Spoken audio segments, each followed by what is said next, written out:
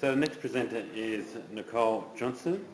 I've met Nicole in Queensland at Griffith University conference, which is held every 2 years, and that's got a clear focus around effectively large-scale communities throughout Australia, and they bring speakers and delegates from all around the world, and it's a great conference to attend. Nicole's very passionate about this sector, so I'm pleased she could share her time to come along. She is an academic at Deakin University in the Faculty of Business and Law. Nicole specialises in research centred around multi-owned properties. She's currently undertaking her PhD at Griffith University. Her doctorate examines developer governance responsibilities in the transition phase of multi-owned developments. Nicole was previously a practising property lawyer in Queensland. She's also a guest editor for a special issue on multi-owned properties in the International Journal of Housing Markets and Analysis. She's going to talk about governance and risk. Please make her welcome. Nicole. Thank you. Thank you.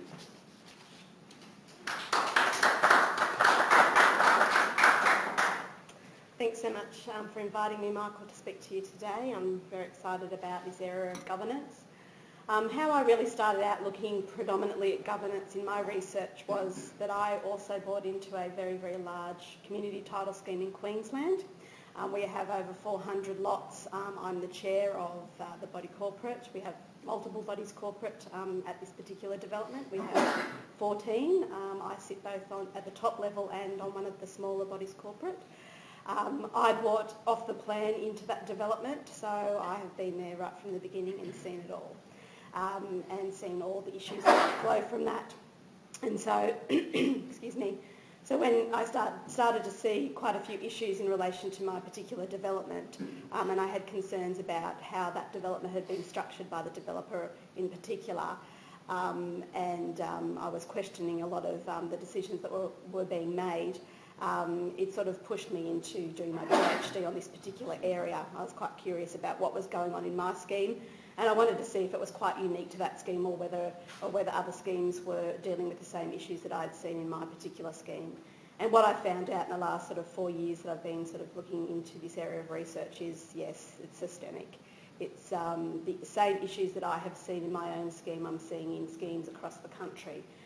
They're not that unique. So I am going to touch on a few of those today because I think the way that developers structure and set up the schemes initially really have a huge impact upon governance.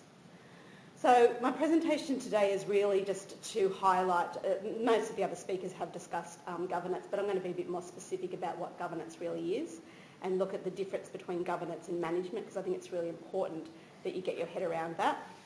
I'm also going to look at what impacts how schemes are being governed, and certainly the risks that are associated with schemes that are poorly governed. And then I'm going to hopefully offer you some suggestions that you may be able to implement or even just have a discussion about with your committees. Okay, so just looking at governance and management and the difference. Governance, really, we're talking about the structures, processes and practices that determine how decisions are made and what actions are taken. So structures are the rules. So we are regulated. So we have an Owners Corporation Act in Victoria, and each other state has its own legislation. And that really is the framework for governance. That's your starting point in relation to governance. But we also talk about the process, so how things are actually done on the ground, and also in relation to practices, so what actually is happening. So really we're talking about decision making in a scheme. Okay, so that's really what governance is. And as Gary, I think, highlighted, that's really, normally a committee responsibility, but it is also the responsibility of all the owners collectively who make up the Owners Corporation. Management is actually the operational implementation of those governance decisions. Okay, so it's really the responsibility of the Owners Corporation to govern, and it is actually their responsibility also to manage. Sometimes those responsibilities are delegated, so your management responsibilities are delegated, but ultimately you are responsible. If you have a look at the legislation throughout the country in each of the jurisdictions, they talk a lot about management, even though what the legislation really does is provide a governance framework. So that's just to distinguish between governance and management. Okay, but ultimately the responsibility rests with the Owners Corporation. Now, part of some of my recent research that I've been looking at in relation to just governance generally, I've gone through the legislation in each of the jurisdictions and looked at what the requirements are under the legislation. I've sort of categorised those governance responsibilities. So I've got just here on this is just for Victoria. I've done it for all the states and looked at it a bit more globally. But basically you have governance responsibilities in relation to the committee, how the committee's formed and structured. Meetings, which obviously takes up a large part, so there are a lot of prescriptive rules under the legislation in relation to meetings.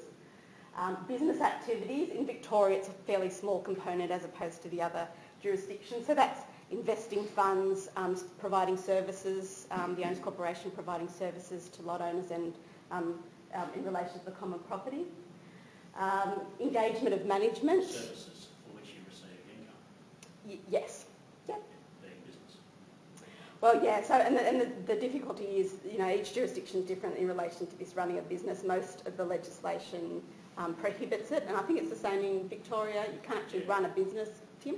You can't, but the OC can be a member of an entity that does. Okay. So it's a fine line. Yeah, yeah. There is a prime facie prohibition. Yeah. So normally in most of the states there is this prohibition that you can't run a business, but they can provide services to lot owners. So that's where you see them providing water and electricity and those sorts of things. Wales given by standards. Yeah. Then we've got engagement of management. So obviously in large schemes that we're looking at, you'll have probably obviously you've got your OC manager, Michael, but you may have other managers, resident managers and so forth. Administration just really deals with things like record keeping, making sure you've got proper registers in place. Assets and maintenance, obviously another really large area. You've got a lot of requirements in relation to making sure that the common property is repaired and maintained. You've got areas in relation to rules, or your bylaws, and disputes. So basically, I've gone through the legislation and really just looked at where those sort of governance responsibilities fall, and these are the categories that I've sort of come up with. So the legislation is fairly prescriptive in most of the states in relation to what you are required to do. There are some, I've also gone through and looked at what's discretionary and what's mandatory. So as you go through the legislation, you'll see what you must do, so the mandatory requirements, and then you've got some ability to be discretionary in relation to like service provisions and those sorts of things. In relation to governance responsibilities, I look at this in sort of two different typical stages when you're governing an owners corporation. I look at the developer's responsibilities because I really see that how the developer sets up an owners corporation really does impact and can impact on a scheme for a very long time. So we need to have a look at how they've been, how that's been structured, and you may need to make some necessary changes. So this is sort of the area where my PhD is really focused on. But I also look at that sort of stage one developer. The stage two is really looking at when the lot owners collectively have come together and the developer is out.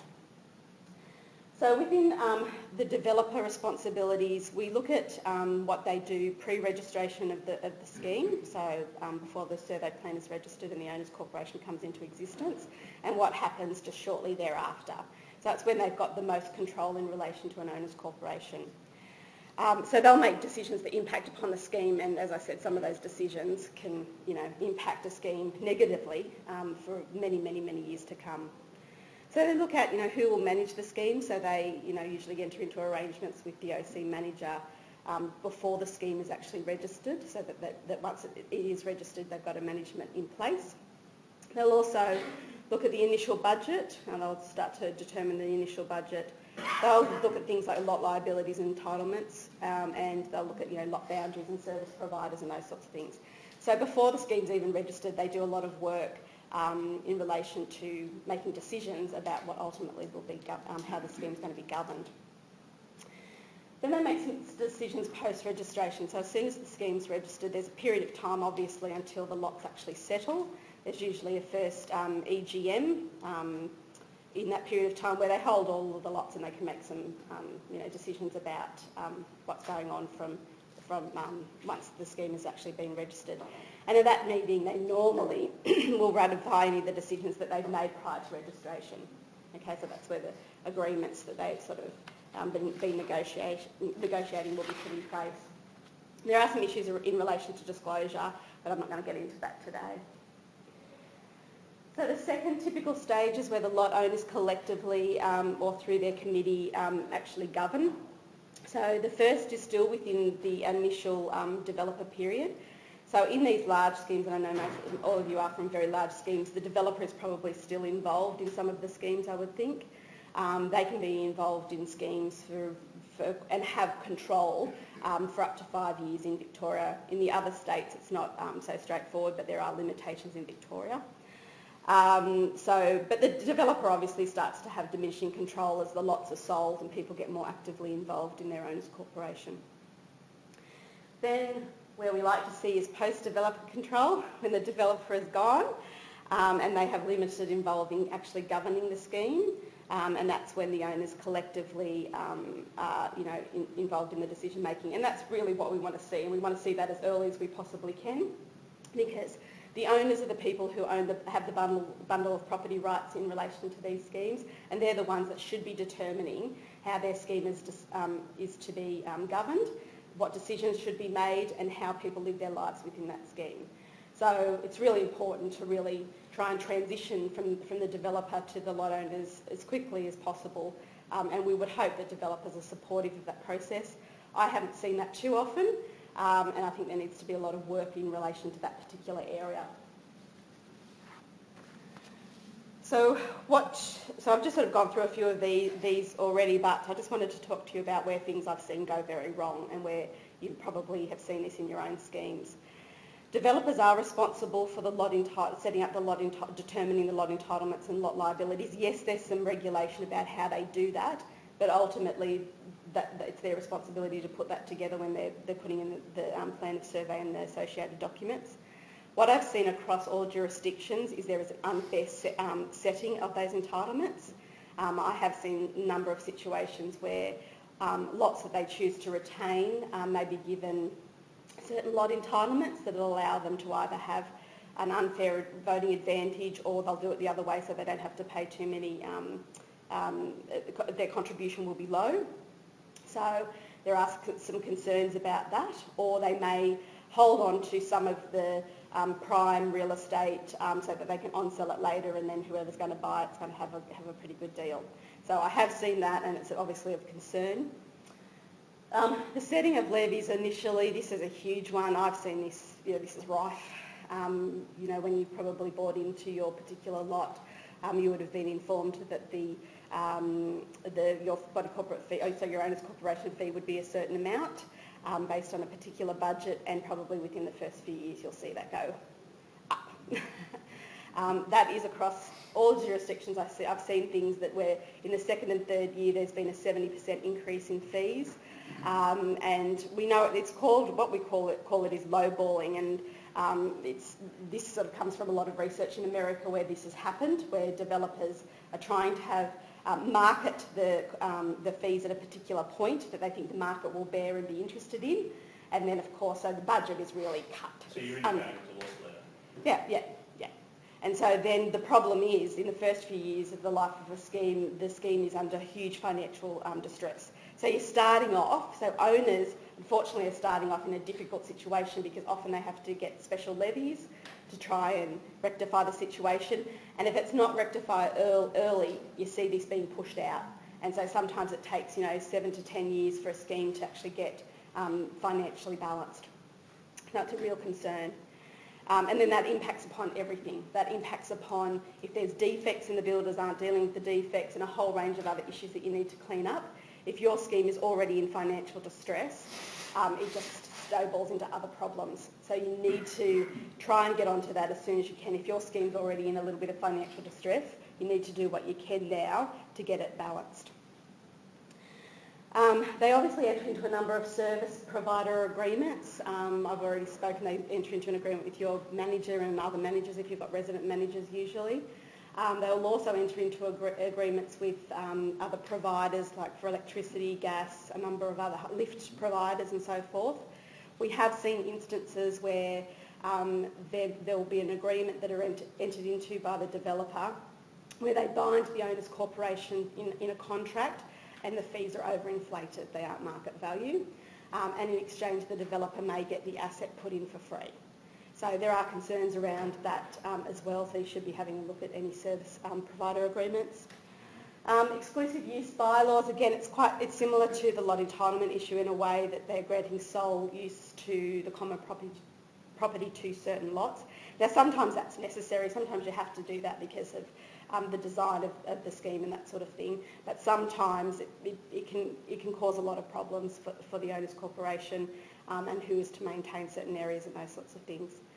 A really big one is document handover. So once the developer has finalised the scheme, they need to be handing over all specifications and documents in relation to the scheme to the owners corporation. We see this is a huge problem everywhere. Very few owners corporations will get all the whole raft of documents that they need.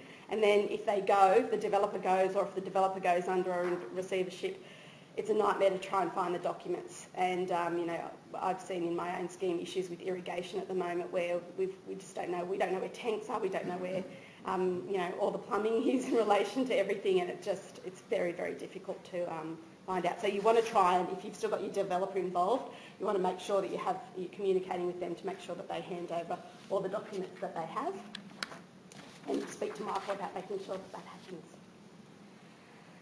Okay, so where owners corporations don't fare well, and as I said, part of this can be because of how the developer has set it up, and then you're just dealing with those issues. But of course we've spoken about this, excuse me. Participation, I think you just mentioned that about apathy being rife. It's funny that it actually comes up in print, yeah. It's a concern everywhere. What I'm finding is if you're starting to have lots of problems in your scheme as far as, complex issues, if you've got disputes going and that sort of thing, well then it's even worse because people just think the issues are too big for them to deal with and they withdraw. So I've seen in my own scheme where, we had moderate participation, but as the issues got bigger and we started to go we've got quite a few cases that we're dealing with, with a lot of litigation, people then just completely withdraw. So, I would probably, my suggestion to you would be try and give them small little tasks. So the good thing about the Owners Corporation Act is you can have the subcommittees. So I'd probably try and utilise that and have people that just have a specific thing. They don't have to deal with the global issues. They can just have a smaller project that they can actually deal with. So it might be, looking at some of the defect issues, and you might have people interested in that can just have a look at that particular issue. So that might be one way you can get people involved, but it's really difficult. So participation is a problem when you're trying to govern. Communication, it's really difficult, and it's a huge burden to put on a committee to constantly write and send out communication to the lot owners about what's going on, because you're not getting paid for it, and it's a big burden, and I understand it's difficult. But you should try to do whatever you can. If you've got a lot of owners living on site, it's good to try and just keep having those meetings and try and get people involved. They don't really fare well in funding building repairs and maintenance, and so you've got maintenance plans. Some schemes have adopted maintenance plans in Victoria, some clearly haven't, but actually funding that is also a problem. So you need to really look at having your maintenance plan and make sure your maintenance plan is up to date as well. Don't just do one in year one and then never look at your maintenance plan again. You need to have it updated. Try and look at resolving disputes internally of owners corporations don't do too well with, and it'd be good to put a process in place in relation to dealing with disputes between owners. I'm sure there's lots of people that can help you with dispute resolution. Tim can help you with that. As I said, updating and implementing maintenance plans, rectifying defects and fire safety concerns. The fire safety stuff is a real problem, although a lot of people will have their fire safety inspectors come in and do a review on a regular basis. A lot of people aren't actually rectifying what the issues are, and you need to get on to that from a compliance perspective. Same as defects. Don't wait around to rectify defects. You need to get onto it and then look at who's responsible. Ensuring building valuations are undertaken and updating your insurance. So we're seeing that, especially now because there's in OC Act 5 years still as well, Tim, as everywhere else? Yeah, it's prescribed, which these guys are. Okay. But that's probably too infrequent. It's just that's a maximum of Yep. 2, 3 is probably better. Yep. And then you need to make sure that you have that and then go back to your insurer and see how your insurance policies are. Okay, so there's no point just getting it and then not talking to your insurer. You need to bring those together. Monitoring the performance of service providers. This is what I find a lot of owners corporations just don't do. You should be requiring them to, annually you need to talk to them about their performance. You need to talk to Michael about how he's performing and other service providers as well, not just entering into the agreement and letting it go. Yeah, keep in contact with them. And another area is making decisions at meetings, and you really need to be making sure that you have regular meetings, especially if you've got, in very large schemes. What I do see a lot of is that either a chairperson or a single person on the committee who's quite vocal will just go and make a lot of decisions by themselves. Okay, you need to nip that in the bud. So what are some of the potential risks for poor governance outcomes that I'm seeing? Well, there's a lot of regulatory non-compliance. There can be issues with transparency and accountability, okay, so if you're not governing well. Increases in disputes and conflicts. Decrease in property value. If you've got someone that is looking to buy into your scheme and they do an inspection of the records, which I know is not done a lot here in Victoria, but it will be, I think there will be a change. When someone comes to inspect the records and has a look at what's going on, they'll be looking at who's on the committee, participation in the owners corporation meetings, issues with disputes, how things are managed, how maintenance, if there's a maintenance plan in place and how things are getting maintained. They'll be starting to look at all that sort of stuff to determine whether that's the type of scheme that they want to buy into or not. If it is, if there's havoc in the scheme, if there's problems, if there's a lot of litigation, a lot of disputes, if there's financial problems, if there's a huge hole in the bucket, you won't get people buying in there, and it will have an impact upon the property's value, lot value. Financial instability and hardship, and that can come back to the issue with developers. There's concentration of power by specific stakeholders. Conflicts of interest are rife. Decreasing engagement by owners. Dissatisfaction with community living. Common property hazards, disrepair defects, increase in liability and harm to residents. So you need to focus on governance and how you govern these schemes, okay, because it can have some major impacts. And you want to have a great place for people that want to live there. You want to have the community feel. You want people to be happy with what their contributions are. You want things to be running well. You want defects and other things to be repaired. So here are just some suggestions for better governance. So you do need to try and keep encouraging participation in the owners corporation. And I know it's like banging your head against a brick wall sometimes, but just keep with it.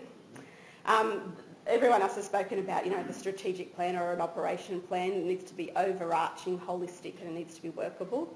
I think you really do need to look at having a maintenance plan put in place. So not just your actual maintenance plan that you get from your surveyor in relation to long-term capital expenditure. You need to be going around and having a look at any upcoming, even if they're smaller repairs, and you need to put something in place.